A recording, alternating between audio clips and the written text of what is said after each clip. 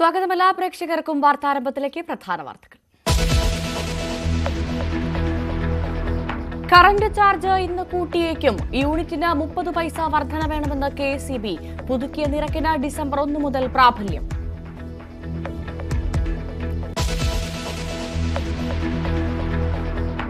ആലപ്പുഴയിൽ പ്രസവത്തെ തുടർന്ന് നവജാത ശിശുവിന്റെ കൈ തളർന്നുപോയ സംഭവത്തിൽ ആശുപത്രി സൂപ്രണ്ടിന്റെ ഞെട്ടിക്കുന്ന തുറന്നുപറച്ചിൽ. ഡോക്ടർ പുഷ്പയെടുത്ത പ്രസവത്തിൽ ഒന്നിലധികം കുട്ടികൾക്ക് സമാന സാഹചര്യം. കേസ് സെറ്റിൽ ചെയ്യാമെന്നും പിതാവിനോട് മാതൃശിശു ആശുപത്രി സൂപ്രണ്ട്. എല്ലാം ഒതുക്കി തീർത്ത ആരോഗ്യവകുപ്പ്. News 18 exclusive.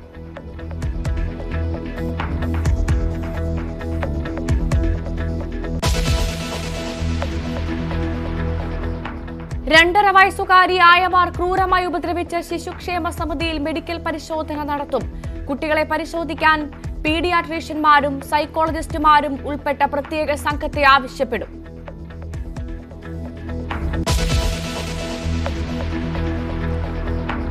അനിശ്ചിതത്വങ്ങൾക്കും തർക്കത്തിനും അവസാനം. ദേവേന്ദ്ര ഫട്നാവിസ് ഇന്ന് മഹാരാഷ്ട്ര മുഖ്യമന്ത്രിയാകും. സത്യപ്രതിജ്ഞ വൈകിട്ട് 5:30 മുംബൈ ആസാദ് മൈതാനത്ത്. പ്രധാനമന്ത്രി ചടങ്ങിൽ പങ്കെടുക്കും.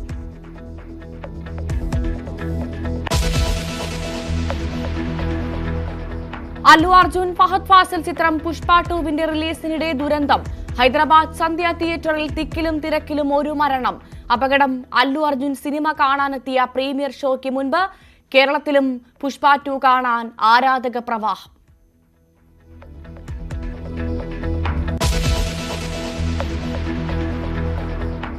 കോഴിക്കോട് എലത്തൂർ HPCL പ്ലാന്റിൽ ഡീസൽ ചോർച്ച തുടരുന്നു. പ്ലാന്റിനോട് ചേർന്ന ഔവചാലിലൂടെ ഡീസൽ പുറത്തേക്ക്. ഒഴുകി വരുന്ന ഡീസൽ കുപ്പിയിലാക്കി നാട്ടുകാർ.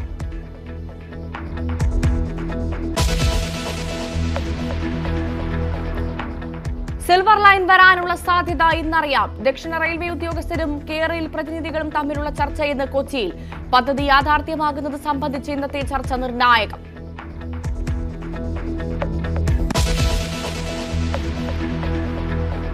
ക്രിസ്മസിന് ഇക്കുറിയും നാട്ടിലെത്താൻ മറുനാട്ടിലെ മലയാളികൾ കഷ്ടപ്പെടും. ട്രെയിനുകളിലെ റിസർവേഷൻ തീർന്നു. ബസ് നിരക്ക് കുത്തനെ കൂട്ടി ഓപ്പറേറ്റർമാർ. പ്രതീക്ഷ KSRTCയിൽ. സ്പെഷ്യൽ സർവീസുകൾ ഇല്ലെങ്കിൽ നാട്ടിലേക്ക് വരേണ്ടവർ പെരുവഴിയിലാകും.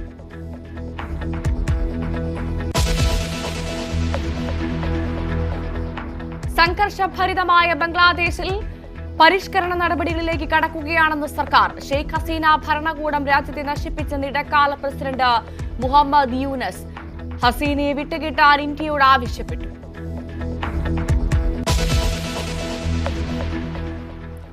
വിശദമായി നോക്കാം. ആഘാതമാകുമോ നിരക്ക് വർധന?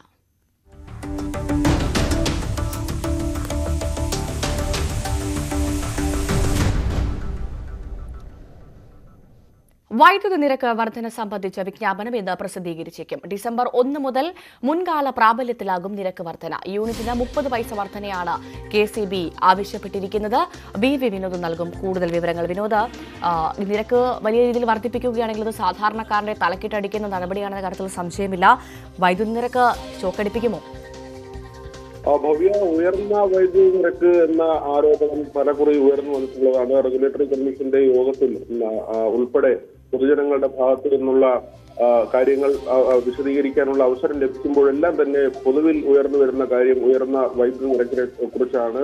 ഇപ്പോൾ വീണ്ടും ഒരു നിരക്ക് കൂടി മുന്നിലെത്തിയിരിക്കുന്നു. ഇന്ന് തന്നെ ഒരുപക്ഷെ ഈ വൈദ്യുതി നിരക്ക് വർധന ഉണ്ടാകും, അതിലൊരു പ്രഖ്യാപനം വരുമെന്നാണ് കരുതുന്നത്.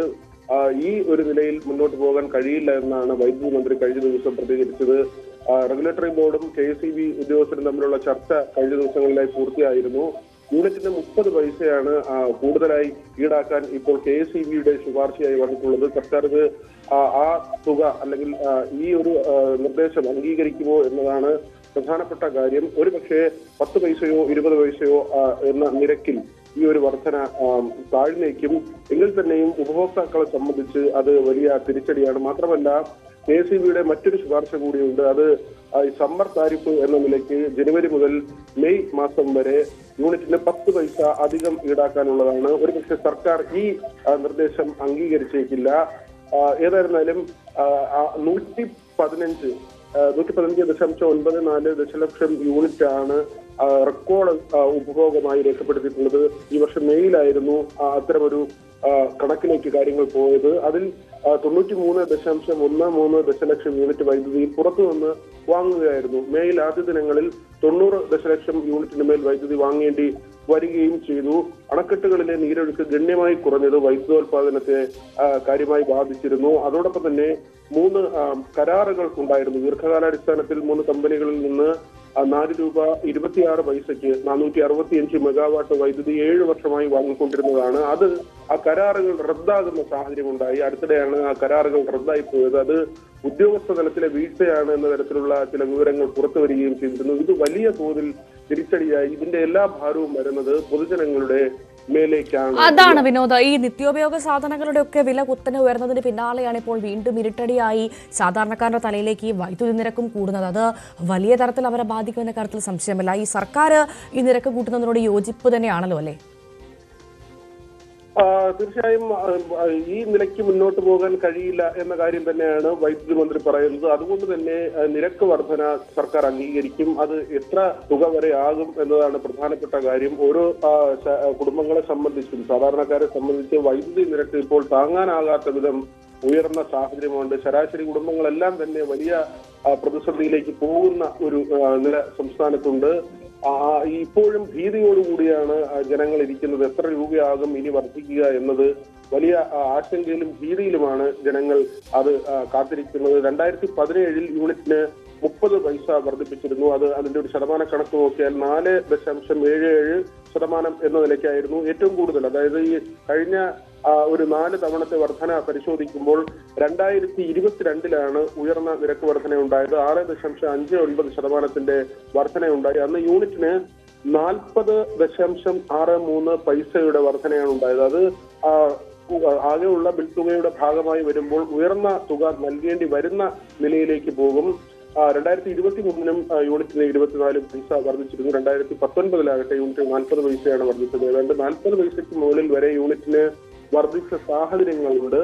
ഇപ്പോഴത്തെ ശുപാർശയിൽ 30 പൈസ വരെയാണ് ശുപാർശയിൽ പറഞ്ഞിട്ടുള്ളത്. പക്ഷെ അത് സർക്കാർ അംഗീകരിക്കുമോ എന്നതാണ്. ഒരുപക്ഷെ 4% താഴെ ഒരു നിരക്ക് എന്ന നിലയ്ക്ക് സർക്കാർ തീരുമാനമെടുത്തു കഴിഞ്ഞാൽ 10 പൈസയ്ക്കും 20 പൈസയ്ക്കും ഇടയിൽ ആ നിലയ്ക്കുള്ള ഒരു പ്രഖ്യാപനമാണ് ഇവരും പ്രതീക്ഷിക്കുന്നത്. ഏതായിരുന്നാലും ഈ സമ്മർ താരിഫ് എന്ന KSEBയുടെ ശുപാർശ അത് സർക്കാർ അംഗീകരിച്ചേക്കില്ല എന്ന ഒരു സൂചന കൂടിയുണ്ട്. വൈദ്യുതി ഉൽപാദനവുമായി ബന്ധപ്പെട്ട് നിൽക്കുന്ന പ്രതിസന്ധിയും നമ്മൾ കാണേണ്ടതുണ്ട്. ഈ നീരൊഴുക്ക് കുറയുന്നത് ജലവൈദ്യുത പദ്ധതികളുടെ പ്രവർത്തനത്തെ ബാധിക്കുന്നുണ്ട്. പുതിയ പദ്ധതികൾ കാര്യക്ഷമമായി വരുന്നുമില്ല. അതോടൊപ്പം പുറത്തുനിന്ന് വൈദ്യുതി വാങ്ങിയ കരാറുകൾ റദ്ദാവുകയും ചെയ്തു. ഇതെല്ലാം തന്നെ അമിത ഭാരമായി വന്നു വീഴുന്നത് സാധാരണക്കാരന്റെ തലയിലേക്കാണ്. തീർച്ചയായും വിനോദ്, ഒരു കാര്യം കൂടി, എന്തൊക്കെയാണ് പ്രധാനമായും ഈ വൈദ്യുതി നിരക്ക് വർദ്ധിപ്പിക്കാൻ KSEB പറയുന്ന കാരണങ്ങൾ, ന്യായങ്ങൾ എന്തൊക്കെയാണ്? സർക്കാരിന് മുന്നിൽ വെച്ച ആവശ്യങ്ങൾ എന്തൊക്കെയാണ് പ്രധാനമായും?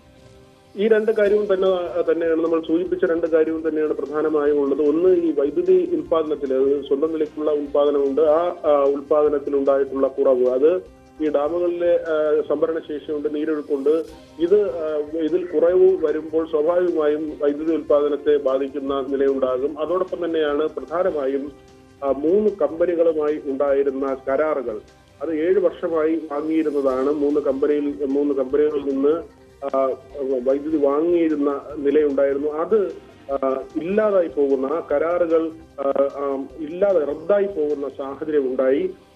അതിന് മേൽ വന്ന പഴി, അത് ഉദ്യോഗസ്ഥർ കൃത്യമായി ഇക്കാര്യങ്ങളിൽ നടപടി സ്വീകരിക്കാത്തതുകൊണ്ടാണ് കരാറുകൾ തുടരാനാകാതെ പോയത് എന്ന ആരോപണം ശക്തമായി ഉയർന്നു വന്നിരുന്നു. ഉദ്യോഗസ്ഥ തലത്തിൽ വന്ന വീഴ്ചയാണ്, അതൊരു ഗുരുതര വീഴ്ചയാണ്. സംസ്ഥാനത്തെ സംബന്ധിച്ച് വലിയ തോതിൽ വൈദ്യുതി വാങ്ങുന്ന പദ്ധതികൾ, കരാറുകൾ, അത്തരം കാര്യങ്ങളിൽ വീഴ്ച വരിക എന്നത് ഒരു അക്ഷന്തവ്യമായ തെറ്റായി തന്നെ കണക്കാക്കേണ്ടിയിരിക്കുന്നു. ആ തരത്തിലുള്ള വീഴ്ചകൾ വന്നു എന്ന ചില വിവരങ്ങൾ നേരത്തെ പുറത്തു വന്നിരുന്നു.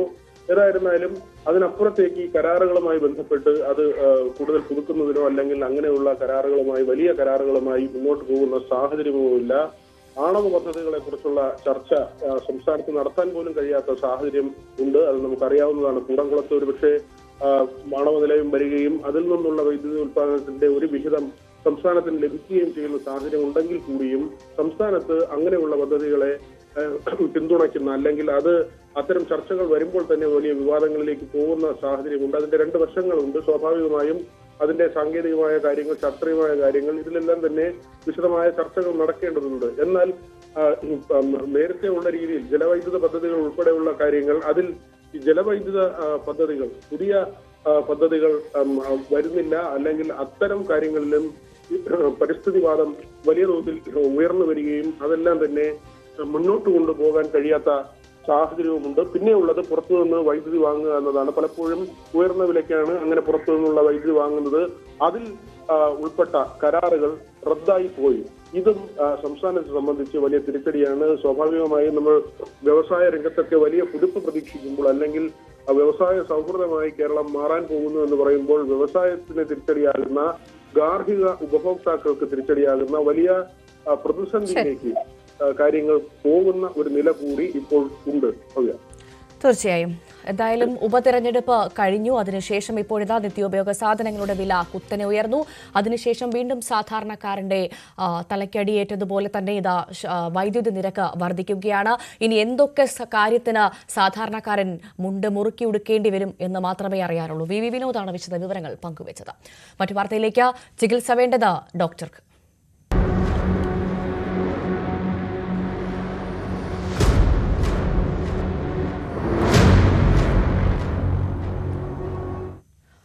ആലപ്പുഴ വനിതാ ശിശു ആശുപത്രിയിൽ പ്രസവത്തിനിടെ നവജാത ശിശുവിന്റെ ഞരമ്പുകൾ തകർന്ന് 1.5 വയസ്സുകാരന് കൈയുടെ ചലനശേഷി നഷ്ടപ്പെട്ട സംഭവത്തിൽ ഞെട്ടിപ്പിക്കുന്ന വെളിപ്പെടുത്തൽ. ഡോക്ടർ പുഷ്പ പ്രസവമെടുത്ത കൂടുതൽ കുട്ടികൾക്ക് ഇത്തരത്തിൽ ഞരമ്പുകൾ തകർന്ന് പരിക്ക് സംഭവിച്ചതായി ആശുപത്രി സൂപ്രണ്ട് ദീപ്തി തുറന്ന് സമ്മതിക്കുന്ന ശബ്ദ സംഭാഷണം ന്യൂസ് 18 പുറത്തുവിടുകയാണ്. ആശുപത്രിയെ സംബന്ധിച്ചും ചില കുറ്റസമ്മതങ്ങളുണ്ട് ഈ സംഭാഷണത്തിൽ. എല്ലാം രേഖകളായി വനിതാ ശിശു ആശുപത്രിയിൽ ഉണ്ടായിരുന്നിട്ടും ആരോഗ്യവകുപ്പ് ഗർഭിണികളുടെയും കുഞ്ഞുങ്ങളുടെയും ജീവൻ വെച്ച് പന്താടുകയായിരുന്നു എന്നതാണ് യാഥാർത്ഥ്യം. ന്യൂസ് 18 അന്വേഷണം.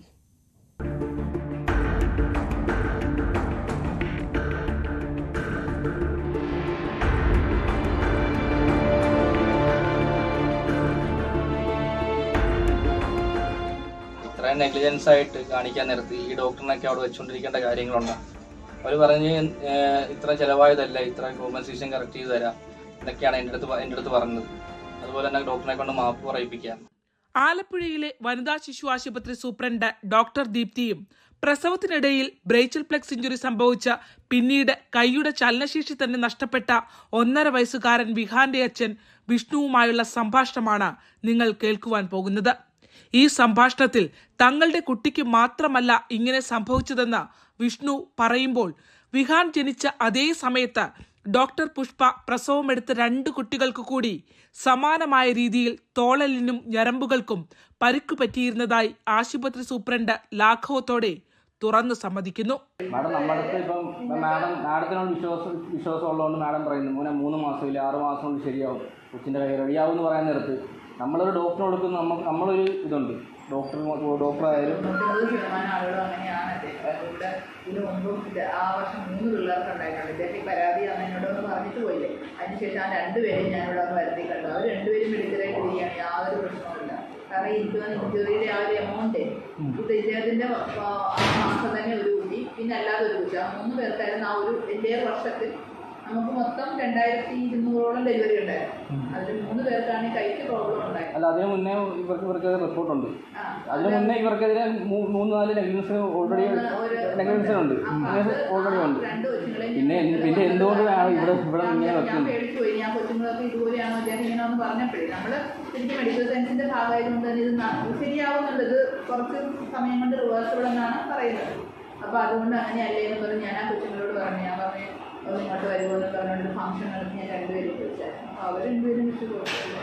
പരിക്കേറ്റ 3 കുട്ടികളെയും നേരിൽ കണ്ടുവെന്നും കുഴപ്പമില്ലെന്നും അവർ പറയുമ്പോൾ, ഒരു കൈ പാതി തളർന്നു പോയ കുഞ്ഞു വിഹാനെ മറുകൈകൊണ്ട് കാര്യങ്ങൾ ചെയ്യാൻ പരിശീലിപ്പിക്കണമെന്ന് ഒട്ടും കുറ്റബോധമില്ലാതെ പറയുന്നു.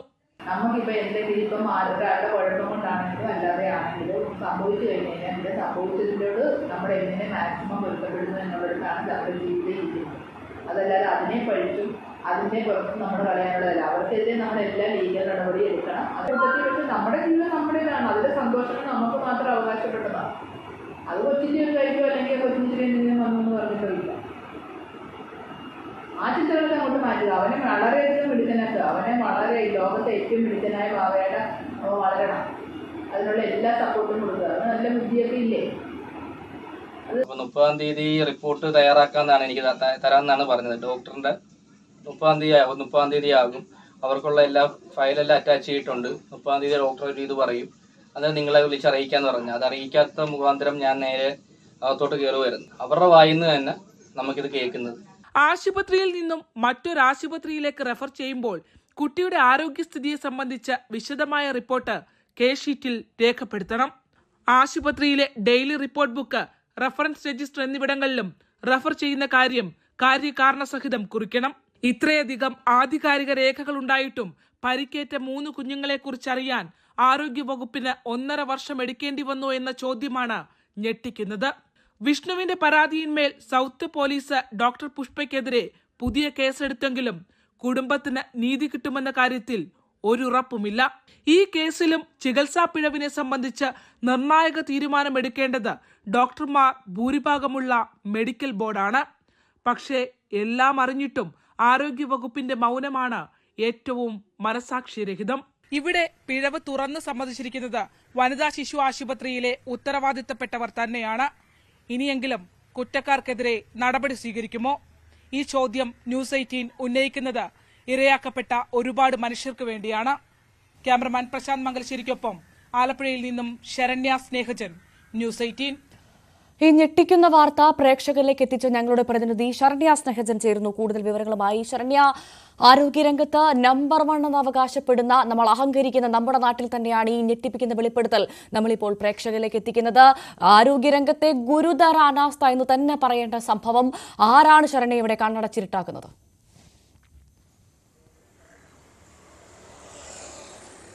ഭവ്യ, കഴിഞ്ഞ ഒക്ടോബർ 30-ന് ഈ കുട്ടിയുടെ, അതായത് 1.5 വയസ്സുകാരനായ കൈ തളർന്നു പോയ വിഹാന്റെ അച്ഛൻ ആലപ്പുഴ വനിതാ ശിശു ആശുപത്രിയിലെ സൂപ്രണ്ടായ ഡോക്ടർ ദീപ്തിയുമായി നടത്തിയ സംഭാഷണമാണ് നമ്മൾ ഇപ്പോൾ പുറത്തുവിടുന്നത്. നമുക്കറിയാം, വനിതാ ശിശു ആശുപത്രിയുമായി ബന്ധപ്പെട്ട് ഒരു അംഗവൈകല്യം, പൂർണ്ണമായ അംഗവൈകല്യമുള്ള ഒരു കുഞ്ഞു ജനിച്ച സംഭവം, ഒപ്പം തന്നെ 1.5 വയസ്സുകാരനായ കുട്ടിയുടെ, അതായത് പ്രസവ സമയത്ത് ഉണ്ടായ അപാകത മൂലം 1.5 വയസ്സുകാരനായ കുട്ടിയുടെ കൈ തളർന്നുപോയ സംഭവം അടക്കം നിരവധി ആരോപണങ്ങൾ നടക്കുന്നു. ഈ 2 കേസുകളിലും സൗത്ത് പോലീസ് പുതുതായി FIR ഇട്ട് കേസ് രജിസ്റ്റർ ചെയ്യുകയും ചെയ്തിട്ടുണ്ട്. ഇങ്ങനെ ഒരു നടപടി ഘട്ടങ്ങളിലേക്ക് പോകുമ്പോഴും ആരോഗ്യ വകുപ്പ് ഡോക്ടർമാർക്കെതിരെ ഡോക്ടർമാർക്ക് അനുകൂലമായി അവരെ സംരക്ഷിക്കുന്ന ഒരു നിലപാടാണ് സ്വീകരിക്കുന്നത്. അതുകൊണ്ട് തന്നെയാണ് നമുക്കറിയാം, ഇന്നലെ അംഗവൈകല്യത്തോടു കൂടി ജനിച്ച കുട്ടിയുടെ അച്ഛൻ താൻ മെഡിക്കൽ കോളേജ് ആശുപത്രിക്ക് മുന്നിൽ സമരത്തിന് പോവുകയാണ് എന്ന് പ്രഖ്യാപിക്കുകയും ചെയ്തിട്ടുള്ളത്. എന്തായാലും തെളിവില്ല, അല്ലെങ്കിൽ നെഗ്ലിജൻസ് സംഭവിച്ചിട്ടില്ല എന്ന് പറയുന്ന ആളുകൾക്ക് മുന്നിൽ വ്യക്തമായ തെളിവാണ് ഈ സംഭാഷണം എന്നത് തന്നെയാണ്. കാരണം ഈ കുട്ടിയുടെ, അതായത് 1.5 വയസ്സുകാരൻ വിഹാന്റെ, ആലപ്പുഴ റെയിൽവേ സ്റ്റേഷൻ സ്വദേശിയാണവൻ. ആ കുഞ്ഞിന്റെ കൈ തളർന്നു പോകുന്നത് ആലപ്പുഴ WNC ആശുപത്രിയിൽ 1.5 വർഷം മുമ്പ് നടന്ന പ്രസവത്തെ തുടർന്നായിരുന്നു. അതായത് അശ്വതി വിഷ്ണു ദമ്പതികളുടെ ഈ കുഞ്ഞ് ജനിക്കുന്നത് 1.5 വർഷം മുമ്പ് WNC ആശുപത്രിയിലാണ്. അന്ന് പ്രസവം എടുത്തത് ഡോക്ടർ പുഷ്പയായിരുന്നു. ഇവർ പ്രസവം എടുക്കുമ്പോൾ വാക്യൂം ഡെലിവറിയാണ് ചെയ്തത്. അന്ന് വാക്യൂം ഡെലിവറി ചെയ്യുന്ന ഘട്ടത്തിൽ കുഞ്ഞിന്റെ ഷോൾഡറിന്റെ അവിടുത്തെ എല്ലിന് ക്ഷതം സംഭവിക്കുകയും ഞരമ്പുകൾ വലിഞ്ഞു പോവുകയും ചെയ്തു. അങ്ങനെ ബ്രേച്ചിൽ പ്ലെക്സ് ഇഞ്ചുറി എന്ന ഒരു കോംപ്ലിക്കേഷനിലേക്ക് കുഞ്ഞ് വരികയും കുഞ്ഞിന്റെ കൈ പിന്നീട് തളർന്നു പോവുകയുമാണ് ചെയ്തത്. അന്ന് ഈ ആശുപത്രിയിൽ വെച്ച് ഇവർ ഈ ഡോക്ടർ ഈ കുട്ടിയുടെ അച്ഛനോട് പറഞ്ഞത്, കുട്ടിക്ക് വേണ്ടി ഞാൻ പ്രാർത്ഥിക്കാം എന്നാണ് അവർ പറഞ്ഞത്. പിന്നീട് ചികിത്സാ രേഖകളിൽ അടക്കം ഈ കുട്ടിക്ക് സംഭവിച്ച പിഴവുകളെ സംബന്ധിച്ച് ആശുപത്രി അധികൃതർ മറച്ചുവെച്ചു എന്നത് നമുക്ക് ബോധ്യമായി. ഒപ്പം തന്നെ 1.5 വർഷമായി ഇതിനകത്ത് നടപടിയെടുക്കണമെന്നാവശ്യപ്പെട്ട് ഈ കുട്ടിയും കുട്ടിയുടെ കുടുംബവും ആശുപത്രിയിൽ കയറി ഇറങ്ങുകയായിരുന്നു. എന്നിട്ടും അതിനകത്ത് ഒരു നടപടിയും ആരോഗ്യവകുപ്പ് സ്വീകരിച്ചില്ല എന്നുള്ളതാണ് നമുക്ക് ഇപ്പോൾ കിട്ടിയിരിക്കുന്ന ഈ സംഭാഷണത്തിൽ. അതായത് കുട്ടിയുടെ അച്ഛൻ വിഷ്ണുവും ആശുപത്രി സൂപ്രണ്ട് ദീപ്തിയും തമ്മിൽ ഉള്ള സംഭാഷണത്തിനകത്ത് വ്യക്തമാക്കുന്നത്, ഒന്ന്, ഈ കുട്ടിക്ക് കൂടാതെ, അതായത് വിഹാനെ കൂടാതെ വിഹാന്റെ ഡെലിവറി എടുത്ത അതേ ആ കാലയളവിൽ തന്നെ ബാക്കി 2 കുഞ്ഞുങ്ങൾക്ക് കൂടി സമാനമായ രീതിയിൽ ഇഞ്ചുറി ഉണ്ടായി എന്നുള്ളതാണ്. ക്ഷമിക്കണം ഭവ്യം. അതായത് വിഹാനൊപ്പം തന്നെ വിഹാന്റെ ആ കാലയളവിൽ തന്നെ 2 കുഞ്ഞുങ്ങൾക്ക് കൂടി സമാനമായ രീതിയിൽ കൈയൊടിഞ്ഞുള്ള ക്ഷതം ഏറ്റിട്ടുണ്ട് എന്നുള്ളത് ആശുപത്രി സൂപ്രണ്ട് ദീപ്തി അവരോട് തുറന്നു സമ്മതിക്കുന്നു. ഒപ്പം തന്നെ ആ കുട്ടികളെ കണ്ടിരുന്നു എന്നുള്ള കാര്യവും ഡോക്ടർ പറയുന്നുണ്ട്. മറ്റ് പ്രശ്നങ്ങളൊന്നുമില്ല, അതുകൊണ്ട് തന്നെ ആശ്വാസമായി എന്നുള്ള കാര്യം അവർ വ്യക്തമാക്കുകയും ചെയ്യുന്നു. എന്നാൽ അതേസമയം തന്നെ അവർ അതിൽ ഏറ്റവും ഗുരുതരമായ പ്രശ്നമെന്ന് പറയുന്നത് ഈ 1.5 വയസ്സുകാരന് കൈയുടെ ചലനശേഷി നഷ്ടപ്പെട്ട സംഭവത്തിൽ നിയമപരമായ നടപടികളിലേക്ക് പോവുകയാണെങ്കിൽ അത് ഒരുപാട് ടൈം കൺസ്യൂമിംഗ് ആയിട്ടുള്ള പ്രോസസ്സാണ്. അതുകൊണ്ട് തന്നെ നിങ്ങൾ സെറ്റിൽ ചെയ്യണം, സെറ്റിൽമെന്റ് ആയിരിക്കും നല്ലത്, ശനിയാഴ്ച വരൂ എന്ന് പറഞ്ഞ ആശുപത്രി സൂപ്രണ്ട് ഡോക്ടർ പുഷ്പയ്ക്ക് വേണ്ടി ഒരു ഇടപെടൽ നടത്തുന്നു എന്നുള്ളതാണ് മറ്റൊരു ഗുരുതരമായ കാര്യം. ഭവ്യ, തീർച്ചയായും ശരണ്യ സ്നേഹജനാണ് വിവരങ്ങൾ നൽകിയത്. എന്തായാലും ആരോഗ്യരംഗത്തെ ഈ അനാസ്ഥ, ഈ ഗുരുതര പിഴവ് കാണാത്ത ആരോഗ്യമന്ത്രി പ്രിയപ്പെട്ട മേഡം എന്തായാലും ഈ റിപ്പോർട്ട് ഒന്ന് കാണണമെന്നാണ് പറയുന്നത്. ശരണ്യ സ്നേഹജനാണ് റിപ്പോർട്ട് ചെയ്തത്. വളരെ വേഗം മറ്റ് പ്രധാനപ്പെട്ട വാർത്തയിലേക്ക് എത്തും ഒരു ഇടവേളയ്ക്ക് ശേഷം.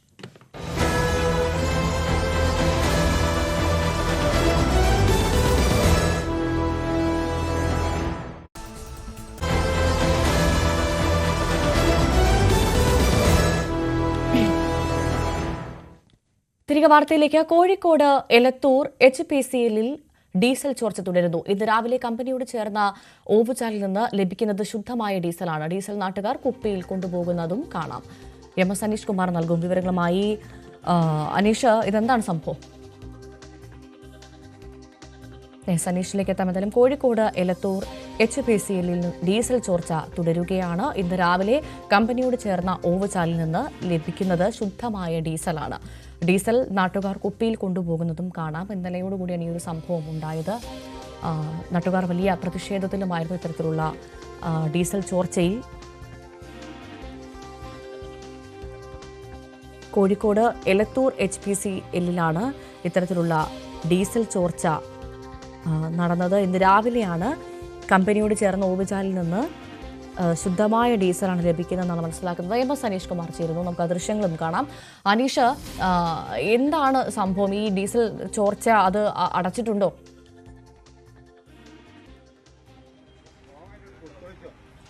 ഡീസൽ ചോർച്ച പരിഹരിക്കപ്പെട്ടു എന്നാണ് ഇന്നലെ അധികൃതർ വ്യക്തമാക്കിയത്. പക്ഷേ ഇപ്പോഴും നമുക്ക് കാണാം ഈ ഓടകൾ വഴി ഡീസൽ തന്നെ ഒഴുകിക്കൊണ്ടിരിക്കുന്ന ഒരു കാഴ്ച.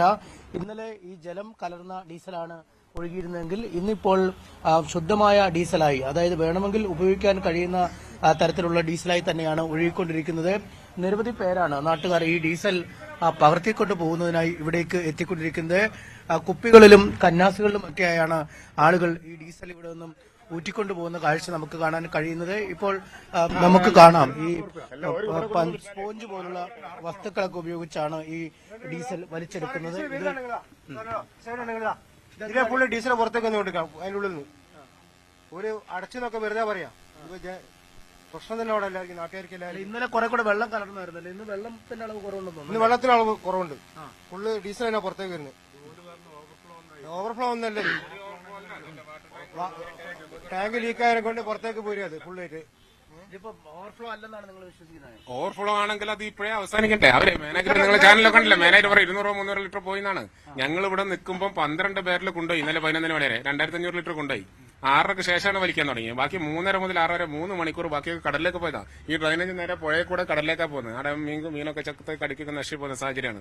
അത് കഴിഞ്ഞിട്ട് 2500 ലിറ്റർ. അത് കഴിഞ്ഞ് ഞങ്ങളൊക്കെ പോയി കിടന്നുറങ്ങിയ ശേഷം അവരൊരു മെഷീൻ കൊണ്ടുവന്ന് പൈപ്പ് വെച്ച് സക്കിംഗ് മെഷീൻ വെച്ച് വലിച്ചെടുത്തതാണ്. ഒരു 10-50 ബാരലിനും കൊണ്ടുപോയിണ്ടാകുന്ന നാട്ടുകാർ പറയുന്നത്. രാവിലെ 6 മണി വരെ ഞങ്ങൾ വരുന്നതിന് മുന്നേ അവരെ പരിപാടി അവസാനിച്ചു പോയി. ഇപ്പോഴും വരുന്നത് നിങ്ങൾ കണ്ടില്ലേ, ക്ലിയർ ഡീസൽ മാത്രമാണ്. ഇതിൽ വെള്ളത്തിന്റെ ആവശ്യമില്ല, ക്ലിയർ ഡീസൽ ഇനി ഒഴുകിക്കൊണ്ടിരിക്കും. അങ്ങനെയാകുമ്പോൾ ഇനി എത്ര എവിടെ നിന്ന് വരാണ്ടാവും? ഇവരാകെ സേഫ്റ്റി മെഷേഴ്സ് എന്ന് പറയുന്ന സാധനം പഞ്ഞിക്കട്ടാളാ. ഇത്രയും ജനങ്ങൾ ഈ പഞ്ഞിക്കട്ടകളെ വിശ്വസിച്ചാണ് ജീവിക്കേണ്ടത്. അത്രയും ഗൗരവ സാഹചര്യം. ഇതിലൊരു തീപിടുത്തുണ്ടായ 12 കിലോമീറ്റർ ചുറ്റളവ് ജീവന്റെ അംശം ഉണ്ടാവില്ല എന്നാ. അത്രയും ഗൗരവത്തിൽ കൈകാര്യം ചെയ്യേണ്ട സാധനം അത്രയും സിമ്പിൾ ആയിട്ടാണ്. നമ്മളെ വീടിന്റെ വാട്ടർ ടാങ്കൊക്കെ ലീക്കായാലും എന്താണ്ട് ആ ഒരു സംവിധാനത്തിൽ ഇവരിത് കണ്ടിട്ടുള്ളൂ. ഇപ്പൊ കണ്ടില്ല, HPയുമായിട്ട് ബന്ധപ്പെട്ട ഒരാളില്ല, നാട്ടുകാരെ തൂറ്റിക്കൊണ്ടുപോകാണ്. ഇവർ ഒഴുക്കിവിട്ട സാധനം എന്തെങ്കിലും സംവിധാനത്തിൽ ഇത് ഒഴിവാക്കാൻ ഒരു പരിപാടി ഇവർ ചെയ്യുന്നില്ല. അവരവരെ ഡ്യൂട്ടി ആയിട്ട് പോകുന്ന അവരെ കാര്യങ്ങളൊക്കെ ചെയ്യുന്നു. ഇതിപ്പോ നാട്ടുകാർ ഇവിടെ ഒരു തീപിടുത്തുണ്ടായി നമ്മളൊക്കെയാണ് ചാകുക. ഇത് തീ ഇതിനുള്ള കൂടെ ഉള്ളിലേക്ക് പടരും. ആ ടാങ്കിനൊക്കെ തീപിടിച്ചുള്ള സ്ഥിതി അറിയാലോ. അപ്പം പിന്നെ അത്രയും ഗൗരവമുള്ള സാഹചര്യമാണ്. കളക്ടർ ഇടപെട്ട് അടിയന്തരമായിട്ട് സ്റ്റോപ്പമ്മ കൊടുക്കണം, അല്ലാതെ പറ്റൂല. അതാണ് നാട്ടിന്റെ ആവശ്യം. ഇതിപ്പോ ഇന്നലെ അറ്റകുറ്റപ്പണിയുടെ ഭാഗമായി ഓവർഫ്ലോ ഉണ്ടായെന്ന് കരുതാൻ കഴിയില്ലെന്ന് പറയുന്നല്ലേ? അറ്റകുറ്റപ്പണി ഇല്ല അവിടെ. ഇവർ 1.5 വർഷം അടച്ചിട്ട് ഷട്ട് ഡൗൺ ചെയ്തിട്ട് 1.5 വർഷം കൊണ്ട് കോടികൾ ചെലവഴിച്ചിട്ടാണ് ഈ അറ്റകുറ്റപ്പണി സേഫ്റ്റി സംവിധാനമൊക്കെ ഒരുക്കിയത്. അതും സേഫ്റ്റിക്ക് വേണ്ടി മുകളിലേക്കുള്ള ടാങ്കിന്റെ അളവ് കുറച്ചിട്ട് ഭൂഗർഭ അറകളാണ്. ലക്ഷക്കണക്കിന് ലിറ്റർ കപ്പാസിറ്റിയുള്ള ഭൂഗർഭ അറകളാണ്. 5 ജില്ലകളിലേക്ക് സപ്ലൈ ചെയ്യുന്ന സംവിധാനമാണ് ഇവിടെ ഉള്ളത്. അവിടെ വേറെ അറ്റകുറ്റപ്പണിയൊന്നുമില്ല. പുതിയ സംവിധാനം പുതുതായിട്ട് ഉണ്ടാക്കി തുടങ്ങിയതാണ്. പണ്ട് 35 വർഷമായിട്ട് ഞങ്ങളിത് പറയുന്നതാണ്. ഇവര് സേഫ്റ്റി ഒക്കെ ഒരുക്കിയെന്ന് പറഞ്ഞിട്ട് ഇവരെ സേഫ്റ്റി എന്ന് പറയുന്നത് പഞ്ഞിക്കട്ടകളാണ്. ഇത്രയും വലിയൊരു സംഭവം ഉണ്ടായിട്ട് 5-6 പഞ്ഞിക്കട്ടകളും വന്നിട്ടാണ് ഇവർ വരുന്നത് ഇതിനെ ഒരുക്കാൻ വേണ്ടി. ഇപ്പോഴും ഇന്നലെ ഡെപ്യൂട്ടി കളക്ടർ വന്നു, നമ്മൾ പ്രശ്നം ഉണ്ടാക്കി ഡെപ്യൂട്ടി കളക്ടർ ഉറപ്പ് പറഞ്ഞതിന് ശേഷം മാത്രമാണ് നമ്മളെ ബാരലുകളൊക്കെ വിട്ടുകൊടുക്കാൻ തീരുമാനിച്ചത്. എന്നിട്ടോ ഇപ്പോഴും ഇങ്ങനെ ഒഴുകിക്കൊണ്ടിരിക്കുക, ക്ലിയർ ഡീസൽ ഒഴുകിക്കൊണ്ടിരിക്കുക. ഇതിപ്പോൾ നമുക്ക് കൃത്യമായി തന്നെ ദൃശ്യങ്ങളിൽ കാണാം. കാരണം ഡീസൽ വലിയ തോതിൽ തന്നെ പുറത്തേക്ക് ഒഴുകുന്ന ഒരു കാഴ്ച. ഈ പ്രശ്നം പരിഹരിക്കപ്പെട്ടില്ല എന്നതിന്റെ കൃത്യമായ തെളിവുകൾ തന്നെയാണ് പുറത്തു വന്നുകൊണ്ടിരിക്കുന്നത്. ഓരോ സെക്കൻഡിലും ലിറ്റർ കണക്കിന് ഡീസൽ ഇപ്പോൾ പുറത്തേക്ക് ഒഴുകി ആ ഓട ഏതാണ്ട് ഡീസൽ കൊണ്ട് നിറയുന്ന ഒരു കാഴ്ച. നേരത്തെ ആളുകളും മറ്റുമൊക്കെ എത്തി ഈ പകർത്തിക്കൊണ്ട് പോവുകയായിരുന്നു. അല്ലെങ്കിൽ ഇന്നലെ ഇങ്ങനെ പകർത്തരുതെന്നൊക്കെയാണ് അറിയിച്ചിരുന്നെങ്കിൽ ഇന്ന് ഈ ആളുകൾ എത്തി ഇവിടുന്ന് പകർത്തുന്ന ദൃശ്യങ്ങൾ തന്നെ നമുക്ക് കാണാൻ കഴിയും. അവർ ഈ കുപ്പികളിലാക്കി ഈ ഡീസൽ വെറുതെ ഓടയിൽ നിന്നും പകർത്തുന്ന ഡീസൽ കുപ്പികളിലേക്ക് മാറ്റുന്ന ദൃശ്യങ്ങളാണ് കാണാൻ കഴിയുന്നത്. ഒരിടത്തും ഒരുപക്ഷെ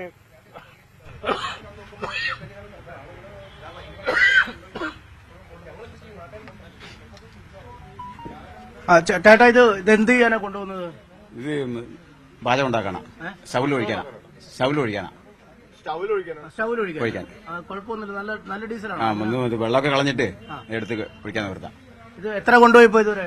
അല്ല, ഇപ്പൊ ആദ്യം വന്നുള്ളൂ, ഞാൻ ഇപ്പൊ വന്നുള്ളൂ.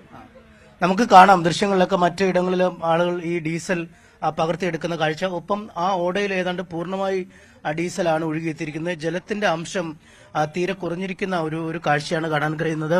നമുക്ക് ഈ ചേട്ടനോട് തന്നെ ചോദിക്കാം, എങ്ങനെ അതിന്റെ ഡീസൽ എങ്ങനെ? ഇത് ഫുൾ ഡീസലാണോ?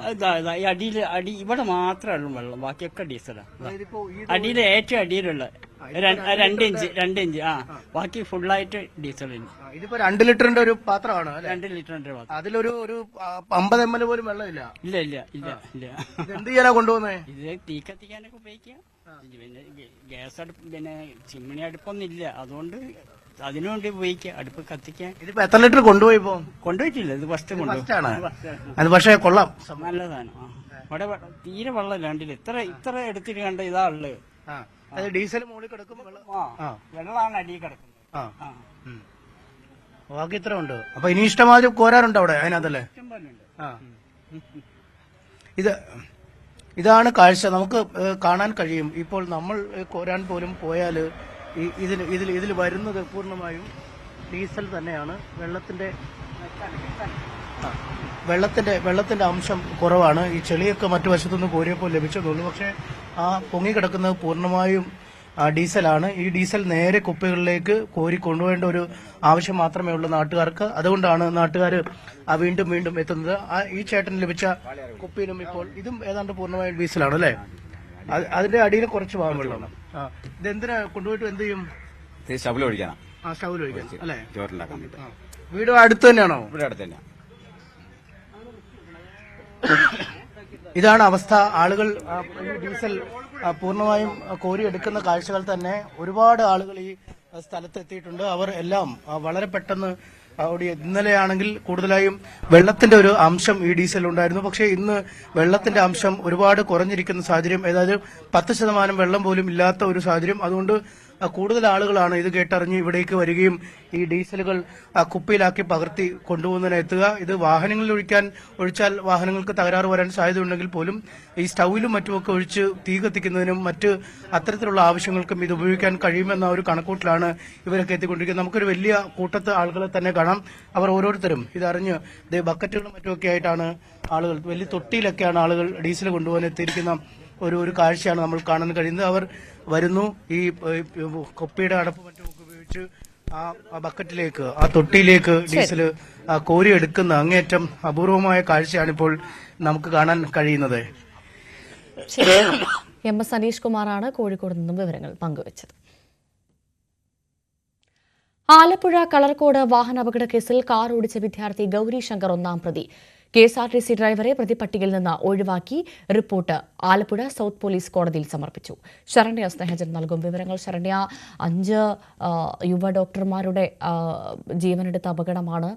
അതിലിപ്പോൾ ഇതാ വാഹനം ഓടിച്ച ഗൌരി ശങ്കർ ഒന്നാം പ്രതിയായി റിപ്പോർട്ട് നൽകിയിരിക്കുന്നു അല്ലെ? എന്തൊക്കെയാണ് മറ്റു വിവരങ്ങൾ?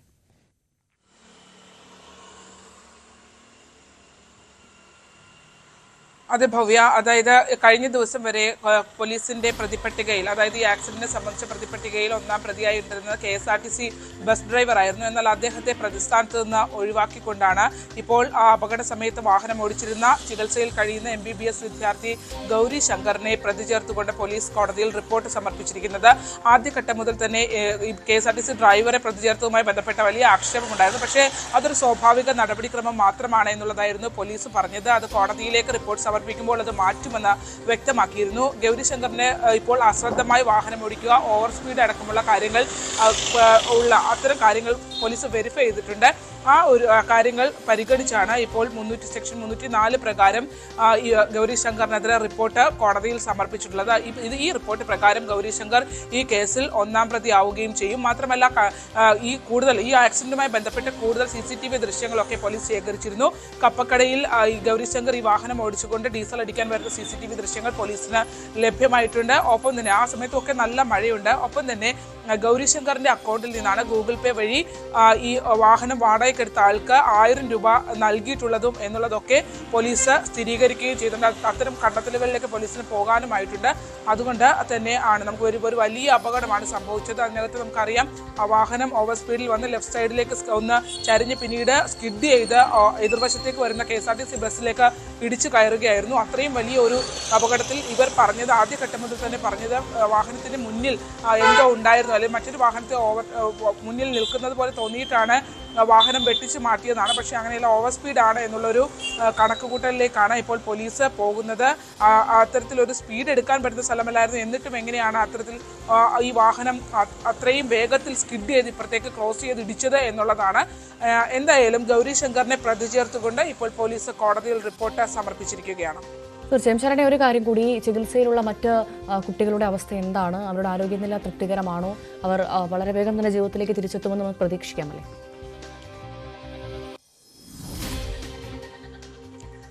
ഗൗരി ശങ്കർ ഉൾപ്പെടെയുള്ള എല്ലാവരും 4 പേർ ഇപ്പോൾ ചികിത്സയിലുണ്ട്. ഇതിൽ 3 പേരുടെ നില സ്റ്റേബിളാണ്. അവർക്ക് മറ്റ് പ്രശ്നങ്ങളൊന്നുമില്ല എന്നുള്ളതാണ് വ്യക്തമാക്കിയിട്ടുള്ളത്. കാരണം ഗുരുതര പരിക്കുകളാണ്. ഗൗരി ശങ്കറിനാണെങ്കിലും ഇപ്പോൾ ഈ അടുത്ത ദിവസത്തേക്ക് സർജറി ചെയ്യേണ്ടതായുണ്ട്. കാരണം കാലിൻ്റെ എല്ലിന് ഒടിവുണ്ടായിട്ടുണ്ട്. അതുകൊണ്ട് ആ ശസ്ത്രക്രിയയിലേക്ക് പോകുമെന്നുള്ളത് മെഡിക്കൽ റിപ്പോർട്ട് വ്യക്തമാക്കുന്നുണ്ട്. ഇവർക്കെല്ലാവർക്കും, അതായത് നമുക്ക് ആ വാഹനം കണ്ടാൽ തന്നെ അറിയാം, പലർക്കും മൾട്ടിപ്പിൾ ഇഞ്ചുറിയാണ് ഉണ്ടായിട്ടുള്ളത്. തലയ്ക്ക് ഏറ്റ പരിക്ക് അടക്കമുള്ള ഗുരുതര പ്രശ്നങ്ങൾ ഉണ്ടായിരുന്നു. ഗുരുതര പരിക്കുകളാണെങ്കിൽ പോലും ബാക്കിയുള്ളവരുടെ നില, 3 പേരുടെ നില സ്റ്റേബിളാണ്. പക്ഷേ ഇപ്പോൾ വണ്ണാനത്ത് തന്നെ ഉണ്ടായിരുന്നു. പിന്നീട് ഇന്നലെ സ്വകാര്യ ആശുപത്രി, എറണാകുളത്തെ സ്വകാര്യ ആശുപത്രിയിലേക്ക് മാറ്റിയ ആൽവിന് ഇപ്പോഴും ഒരു ഗുരുതര സാഹചര്യമുണ്ട്. അത് ഗുരുതരാവസ്ഥയിൽ തുടരുന്നുണ്ട് എന്നുള്ളതാണ്. എങ്കിൽ പോലും മറ്റ് അപകടകരമായ ഒരു അവസ്ഥയിൽ, പക്ഷേ എങ്കിൽ പോലും ഗുരുതരമായ സാഹചര്യമാണ്. അതുകൊണ്ടാണ് ഇന്നലെ കൂടുതൽ സംവിധാനങ്ങളുള്ള എറണാകുളത്തെ സ്വകാര്യ ആശുപത്രിയിലേക്ക് ഷിഫ്റ്റ് ചെയ്യുകയും ചെയ്തിട്ടുള്ളത്. വീട്ടുകാരുടെ കൂടി ആവശ്യപ്രകാരമായിരുന്നു ആൽവിനെ അവിടേക്ക്, അതായത് എറണാകുളത്തേക്ക് മാറ്റിയത്. ശരണ്യ സ്നേഹത്തിനാണ് വിവരങ്ങൾ നൽകിയത്. ശിശുക്ഷേമ സമിതിയിലെ കുട്ടികളെ പ്രത്യേക മെഡിക്കൽ ടീമിനെ നിയോഗിച്ച് വൈദ്യപരിശോധന നടത്തും. ശിശുരോഗ മാനസികാരോഗ്യ വിദഗ്ധർ അടങ്ങിയ ടീമാണ് പരിശോധന നടത്തുന്നത്. ടീമിനെ നിയോഗിക്കാൻ ആവശ്യപ്പെട്ട CWC ജില്ലാ മെഡിക്കൽ ഓഫീസർക്ക് കത്ത് നൽകും. ആയമാർ കുട്ടികളെ ഉപദ്രവിച്ച സംഭവത്തെ തുടർന്നാണ് തീരുമാനം. ഡാൻ കുര്യൻ നൽകും കൂടുതൽ വിവരങ്ങൾ. ഡാൻ, എന്തായാലും ഈ കുഞ്ഞുങ്ങളെ അങ്ങേയറ്റത്തെ സൂക്ഷ്മതയോടുകൂടിയും ജാഗ്രതയോടുകൂടിയും സംരക്ഷിക്കേണ്ട സർക്കാർ സമിതിയുടെ ശിശുക്ഷേമ സംരക്ഷണ കേന്ദ്രത്തിലുണ്ടായൊരു ഈ ക്രൂരാനുഭവം അങ്ങേയറ്റം അപലപനീയമാണ്. അക്കാര്യത്തിൽ സംശയമില്ല. എന്തായാലും അതുമായി ബന്ധപ്പെട്ടാണ് ഒരു പുതിയ ടീമിനെ നിയോഗിച്ചുകൊണ്ട്, ഒരു പ്രത്യേക മെഡിക്കൽ ടീമിനെ നിയോഗിച്ചുകൊണ്ട് വൈദ്യപരിശോധന നടത്താനുള്ള തീരുമാനം സ്വാഗതാർഹമാണ്. എന്തൊക്കെയാണ് വിവരങ്ങൾ? 2.5 വയസ്സുകാരിയായ പെൺകുട്ടിക്ക് കഴിഞ്ഞ ദിവസം ആയമാർന്ന ഭാഗത്ത് നിന്ന് ക്രൂരമായ പീഡനം ഏൽക്കേണ്ടി വന്ന പശ്ചാത്തലത്തിലാണ് CWC ഇതുമായി ബന്ധപ്പെട്ട് ജില്ലാ മെഡിക്കൽ ഓഫീസർക്ക് മാനസികാരോഗ്യ വിദഗ്ധരെയും ശിശുരോഗ വിദഗ്ധരെയും ഉൾപ്പെടുത്തി അവിടെ വൈദ്യപരിശോധന നടത്തണം എന്ന നിർദ്ദേശം നൽകിയിരിക്കുന്നത്. അതോടൊപ്പം പ്രധാനമായി കഴിഞ്ഞ ദിവസം അറസ്റ്റിലായ 3 ആയമാരെ വിശദമായി ചോദ്യം ചെയ്യുന്നതിന് വേണ്ടി പോലീസ് കോടതിയിൽ ഇന്ന് കസ്റ്റഡി അപേക്ഷ നൽകുന്നുണ്ട്. അതിൽ കോടതിയുടെ തീരുമാനം അനുസരിച്ച് അവരെ കസ്റ്റഡിയിൽ വിട്ടുകിട്ടുകയാണെങ്കിൽ തെളിവെടുപ്പിനായി ശിശുക്ഷേമ സമിതിയിൽ എത്തിക്കാനുള്ള സാധ്യതയും നിലനിൽക്കുകയാണ്. എന്തായാലും എടുത്തു പറയേണ്ടുന്ന കാര്യം, വലിയ തരത്തിലുള്ള പ്രതിഷേധം കഴിഞ്ഞ ദിവസം മുതൽ യുവജന സംഘടനകളുടെ നേതൃത്വത്തിൽ അവിടെ നടന്നുകൊണ്ടിരിക്കുകയാണ്. ഇന്നും സമാനമായ തരത്തിൽ ശിശുക്ഷേമ സമിതിയിലേക്ക് പ്രതിഷേധ പ്രകടനങ്ങൾ നടത്തുന്നുണ്ട്. എന്തായാലും ഇത് ഇപ്പോൾ തുടങ്ങിയ സംഭവമല്ല. നേരത്തെ മുതൽ തന്നെ കുട്ടികൾക്ക് നേരെ ആയമാന്റെ ഭാഗത്ത് നിന്ന് അതിക്രമങ്ങൾ ഉണ്ടാകാറുണ്ട് എന്നാണ് പുറത്തു വരുന്ന സൂചനകൾ. ഈ പശ്ചാത്തലത്തിൽ കൂടിയാണ് വൈദ്യ പരിശോധന റെഗുലറായി തന്നെ നടത്താനുള്ള ഒരു തീരുമാനത്തിലേക്ക് CWC ഇപ്പോൾ എത്തിച്ചേർന്നിരിക്കുന്നതെന്നാണ് നമുക്ക് മനസ്സിലാക്കാൻ കഴിയുന്നത്. അതോടൊപ്പം ഈ അറസ്റ്റിലായ 3 ആയമാരും അവരുടെ നഖം, അതായത് ഈ കുട്ടിയുടെ ശരീരത്തിൽ ക്ഷതമേൽപ്പിച്ചത് നഖം ഉപയോഗിച്ചായിരുന്നു. ആ നഖം മുറിച്ചു കളഞ്ഞതായും പോലീസ് പരിശോധനയിൽ കണ്ടെത്തിയതായാണ് വിവരം. ശരി, ഡാൻ കുര്യനാണ് വിവരങ്ങൾ നൽകിയത്.